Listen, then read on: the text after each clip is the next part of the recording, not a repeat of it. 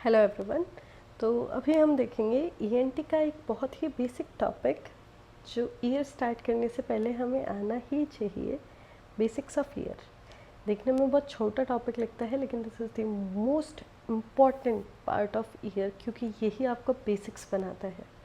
ये आएगा तो ही आगे का कुछ समझ आएगा, वरना हम रिलेट नहीं कर पाएंगे, बस रेटाफाई करना पड़ेगा। तो समझने के लिए this is the very very important topic, lightly बिल्कुल भी ना लें।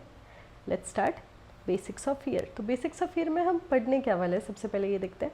तो हम पढ़ेंगे बस नॉर्मल चीज़ें कि ईयर कहाँ पे सिचुएटेड है, उसके सराउंडिंग में स्ट्रक्चर्स क्या क्या है, अगर कोई इन्फेक्शन ईयर का हुआ तो वो कहाँ कहाँ पहुँच सकता है, या फिर कहाँ कहाँ से इन्फेक्शन ईयर में पहुँच सकते हैं। समझ रहे हैं? ठीक है, तो let's start without any delay.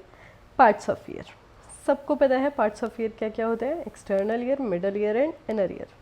Diagram देखते हैं, अच्छे से समझ आएगा। एक्सटर्नल ईयर में क्या क्या प्रेजेंट होता है? Pinna, external auditory canal and tympanic membrane. ठीक है, then let's come to middle ear. Middle ear में अपनी फेवरेट ईयर ऑसाइकल्स, उसके अलावा यूस्टेशियन ट्यूब। अब यूस्टेशियन ट्यूब क्या होती है?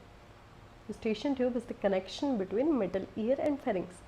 Y is the requirement of connection between middle ear and pharynx? क्यों चाहिए हमें कनेक्शन? वेरी गुड, वेंटिलेशन के लिए। ठीक है, यूस्टेशियन ट्यूब क्या करता है? मिडल ईयर को वेंटिलेट करता है। वो उसमें एयर क्यों चाहिए, वेंटिलेशन क्यों चाहिए? वाइब्रेशन ऑफ ऑसिकल्स के लिए। ठीक है, तो ये देखते हैं हम functions of Eustachian tube. Ventilates middle ear which is required for proper vibration, जिसकी वजह से साउंड जनरेट होता है। इसके अलावा मिडल ईयर के प्रेशर को मेंटेन रखता है यूस्टेशियन ट्यूब। उसके अलावा drainage of secretions of middle ear भी यूस्टेशियन ट्यूब ही करता है, जो कि बहुत इंपॉर्टेंट है। अगर यूस्टेशियन ट्यूब ब्लॉक होगी तो वहाँ पे कलेक्शन हो जाएगा फ्लूइड का, जिसकी वजह से हो जाता है सीरस ऑटिटिस मीडिया। ठीक है, उसके बाद में हम देखते हैं इनर ईयर। इनर ईयर को हम लेबरिंथ भी बोलते हैं। इसमें कुछ नहीं होता है, एक साइक्लिक स्ट्रक्चर होता है membranous labyrinth surrounded by bony structure called bony labyrinth. Okay, तो आगे चलते हैं हम अब कि अगर कोई यूस्टेशियन ट्यूब ब्लॉक हो गई है तो क्या क्या उसका इम्पैक्ट हो सकता है। अगर कोई थ्रोट का इन्फेक्शन मुझे हो तो क्या वो मिडल ईयर में पहुंच सकता है? यस, पहुंच सकता है। तो क्या हुआ? यूस्टेशियन ट्यूब ब्लॉक हुई, मिडल ईयर का वेंटिलेशन नहीं हो पाया। मिडल ईयर का वेंटिलेशन नहीं हो पाया तो उसका प्रेशर हो गया नेगेटिव, राइट? तो एक्सटर्नल ऑडिटरी कैनाल का प्रेशर बढ़ गया। नॉर्मली क्या होता है, ये एक्सटर्नल ऑडिटरी कैनाल अपनी यहाँ पे टिम्पैनिक मेम्ब्रेन कुछ ऐसे प्रेजेंट होती है, मतलब पोस्टीरियर साइड से आगे की तरफ, एंटीरियर साइड से पीछे, कनकेव शेप में। Okay, concave to external auditory canal is tympanic membrane. अब ये रिट्रैक्ट हो जाएगी, रिट्रैक्ट होकर और पीछे चली जाएगी। पीछे अपनी ईयर ऑसाइकल्स प्रेजेंट है, राइट? उन्हें स्पेस नहीं मिल पाएगी वाइब्रेशन की। वाइब्रेट नहीं होंगे तो साउंड का कंडक्शन नहीं होगा, साउंड का कंडक्शन नहीं होगा तो हियरिंग लॉस हो सकता है। तो यूस्टेशियन ट्यूब ब्लॉक होने से हार्ड ऑफ हियरिंग हो सकता है। अब हम आते हैं इनर ईयर पे। इनर ईयर कहाँ पे प्रेजेंट होता है? Medial to middle ear. External ear के मीडियल साइड में क्या है? Middle ear. मिडल ईयर के मीडियल साइड में इनर ईयर, और उसे हम क्या बोलते हैं? लेबरिंथ। कौन से दो पार्ट्स हैं? मेम्ब्रेनस और बोनी लेबरिंथ। अब इनर ईयर के भी मीडियल साइड में क्या होता है? तो इनर ईयर के मीडियल साइड में होता है बेस ऑफ स्कल, क्रेनियम। और फ्लोर ऑफ ईयर में क्या होता है? Again base of skull. ये बहुत इंपॉर्टेंट चीज़ है। अब मतलब कोई ब्रेन का अगर मुझे इन्फेक्शन हुआ है, मतलब मुझे अगर मेनिंजाइटिस हुआ है, तो क्या चांसेस हैं कि मुझे लेबरिंथाइटिस भी हो जाए? यस, पूरे चांसेस हैं कि मेनिंजाइटिस से लेबरिंथाइटिस हो जाए, क्योंकि इनर ईयर और ब्रेन के बीच में कनेक्शंस होते हैं। कौन सा कनेक्शन? इंटरनल अकाउस्टिक मेटस, जो कि इनर ईयर को कनेक्ट करता है पोस्टीरियर क्रेनियल फोसा से। ठीक है, अब हम आगे देखते हैं कि ईयर सिचुएटेड कहाँ होता है एग्जैक्टली। तो ईयर सिचुएटेड होता है टेम्पोरल बोन में, एक टनल के फॉर्म में। ये आप देख रहे हैं स्कल, ये क्या है? ये जो बोन है वाइटिश कलर में, ये है टेम्पोरल बोन, और यहाँ पे टनल के फॉर्म में प्रेजेंट है ईयर। आ रहे समझ में? तो अब ईयर के भी अलग अलग पार्ट्स हैं, टेम्पोरल बोन के भी अलग अलग पार्ट्स हैं। कौन से टेम्पोरल बोन में कौन सा ईयर का पार्ट प्रेजेंट है, ये हमें पढ़ना है। तो उसके लिए हमें सबसे पहले देखना होगा पार्ट्स ऑफ टेम्पोरल बोन।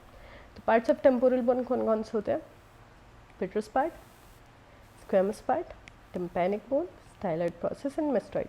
इसमें से जो मेस्टॉइड है ये पेट्रस और स्क्वेमस मिलके ही बनाते हैं। डायग्राम देखेंगे तो समझ आएगा। ये देखो, ये है टेम्पोरल बोन, राइट। ये जो प्रेजेंट है ये है उसका स्क्वेमस पार्ट, ये है मिस्टॉइड पार्ट, ठीक है। ये है स्टाइलॉइड प्रोसेस, सबको पता है इसके बारे में। तो अब आप कहोगे आपने तो पेट्रस पार्ट, टिम्पैनिक पार्ट भी बताया, वो तो नहीं दिख रहा। नहीं दिखेगा क्योंकि आउटर साइड है। ये रहा पेट्रस पार्ट, ये है स्क्वेमस पार्ट, ये है स्क्वेमस पार्ट, देख रहे हो, अंदर की साइड है पेट्रस पार्ट, मतलब ऐसे ऐसे प्रेजेंट है पेट्रस पार्ट अंदर की तरफ, ठीक है। नीचे ये रहा टिम्पैनिक पार्ट, यहाँ से निकल रहा है ये स्टाइलॉइड प्रोसेस, और पीछे मिस्टॉइड। स्क्वेमस क्या बनाता है? Outer part of mastoid. Petrous बनाता है इनर पार्ट ऑफ मिस्टॉइड। अब ये पेट्रस कैसे प्रेजेंट है? ये जो आप देख रहे हो ना चीज़, ये स्क्वेमस, इसके बाद में ये पेट्रस, ये बीच में होलो कैविटी है, इसमें ईयर सिचुएटेड है, ठीक है। समझ में आ रहा है? कुछ ऐसा है ये पेट्रस पार्ट है, ये पिरामिड जैसा, पेट्रस का मतलब होता है रॉक लाइक, ठीक है। ये पिरामिड शेप में होता है। पिरामिड मतलब, पिरामिड कैसे बनाओगे आप? अपने दोनों थम्स को जॉइन करो, पाम्स को 60 to 70 डिग्री एंगल पे ले जाओ। अब देखो, जो राइट हैंड है, लेफ्ट हैंड है, और नीचे एक, मतलब आप अपने पैर पे रख लो जाए, नीचे बना दो बेस। तो राइट हैंड बन गया एंटीरियर स्लैंट, लेफ्ट हैंड बन गया पोस्टीरियर स्लैंट, और नीचे बन गया बेस, और ये पूरा बन गया एक पिरामिड। कुछ ऐसा ही होता है पेट्रस बोन, ठीक है। समझ आ रहा है? अब इसमें पेट्रस बोन में क्या प्रेजेंट होता है? पिरामिड लाइक बोन हो गया। क्या प्रेजेंट होगा इसमें? मिडल ईयर और इनर ईयर। वो हाथ वाला स्ट्रक्चर बनाया था हमने, वो ये रहा। ये बन गया एंटीरियर स्लैंट, जो अपना राइट हैंड था, ये बन गया पोस्टीरियर स्लैंट, और ये बन गया बेस। इसी को लंबा कर दो थोड़ा, ऐसा होता है पेट्रस बोन। और उसमें क्या सिचुएटेड है? मिडल ईयर और इनर ईयर। वॉल्स कौन कौन सी? Anterior slant, posterior slant, base, पढ़ लिया हमने। आगे चलते हैं। आगे क्या है? एंटीरियर स्लैंट में कौन कौन सी स्ट्रक्चर्स प्रेजेंट है, तो उसके लिए हमें पहले देखना है एंटीरियर स्लैंट कौन सा है। तो ये देखो, बेस ऑफ स्कल पे आते हैं हम। ये है बेस ऑफ स्कल। ये जो आप देख रहे हैं, ये एक पिरामिड की तरफ प्रेजेंट है, ठीक है। और ये है पेट्रस बोन, ये पूरी temporal bone, and this is occipital bone. आया समझ? अब पेट्रस पिरामिड की तरह हो गया। ये जो पार्ट है उसका, ये है एंटीरियर स्लैंट। ये जो पार्ट है ये है पोस्टीरियर स्लैंट। एंटीरियर स्लैंट में क्या क्या प्रेजेंट है? टेगमेंट टिम्पैनाई, ये रहा। उसके और मीडियल जाएंगे तो आर्क्वेट एमिनेंस, और मीडियल जाएंगे तो मैकल्स केव, और मीडियल जाएंगे तो डोरेलॉस कैनाल। ये हमें याद रखना है। Contents of anterior slant of petrous part of temporal bone: tegmen tympani, arcuate eminence, Meckel's cave and Dorello's canal. Very good. अब हम देखते हैं क्या क्या होता है। तो सबसे पहले देखो, बाहर से अंदर की साइड आ रहा है। बाहर क्या आएगा? एक्सटर्नल ईयर, जो कि अलग ही है, क्योंकि अपने पेट्रस पार्ट में तो मिडल ईयर या इनर ईयर है ना। आ गया है हम मिडल ईयर में। मिडल ईयर पेट्रस पार्ट में प्रेजेंट है, राइट। ऊपर क्या प्रेजेंट है उसके? टेगमेंट टिम्पैनाई, ये जो हमने देखा बाहर की साइड ही है ना, ये लेटरल साइड में।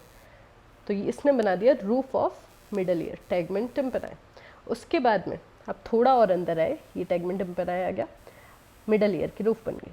अब क्या चालू हो गया? Inner ear. इनर ईयर में क्या प्रेजेंट होती है? सेमी सर्कुलर कैनाल्स होती है। उसमें से superior semi circular canal bulge होती है और बना देती है आर्क्वेट एमिनेंस। फिर इसके आगे एक छोटा सा डिप्रेशन बनता है जो हो जाता है मैकल्स केव, ठीक है। अब मैकल्स केव से पास होती है गिजेरियन गैंग्लियन। गिजेरियन गैंग्लियन क्या होता है? जो अपनी ट्राइजेमिनल नर्व होती है उसके गैंग्लियन को बोलते हैं गिजेरियन गैंग्लियन, 5th नर्व की, ठीक है। ये आगे जाके 3 ब्रांचेस दे देता है अपनी: ophthalmic, maxillary and mandibular branch. Ophthalmic pass होती है सुपीरियर ऑर्बिटल फिशर्स से, maxillary through foramen rotundum, and mandibular through foramen ovale. तो ये हो गया है अपना इंटीरियर स्लैंट। इसके अलावा एक डोरेलॉस कैनाल भी प्रेजेंट है। डोरेलॉस कैनाल में होती है क्रेनियल नर्व 6, ठीक है। Cranial nerve 6 is responsible for diplopia. तो अगर आपको आ जाए कि एक पेशेंट आया जिसको ईयर कंप्लेंट्स है, तो कौन सी क्रेनियल नर्व आप गेस करोगे? क्रेनियल नर्व 5th भी हो सकती है, मैकल्स केव में प्रेजेंट होती है, क्योंकि वो 6th भी हो सकती है क्योंकि डोरेलॉस कैनाल में प्रेजेंट है, और भी आगे हम पढ़ेंगे। लेकिन अगर उसे ईयर कंप्लेंट्स प्लस डिप्लोपिया है, मतलब क्रेनियल नर्व 6 का इन्वॉल्वमेंट है, क्योंकि डिप्लोपिया करवाती है क्रेनियल नर्व 6। आ गया समझ में? अब हम देखते हैं पोस्टीरियर स्लैंट। ये देखो, ये हो गया एंटीरियर स्लैंट, ये है पोस्टीरियर स्लैंट।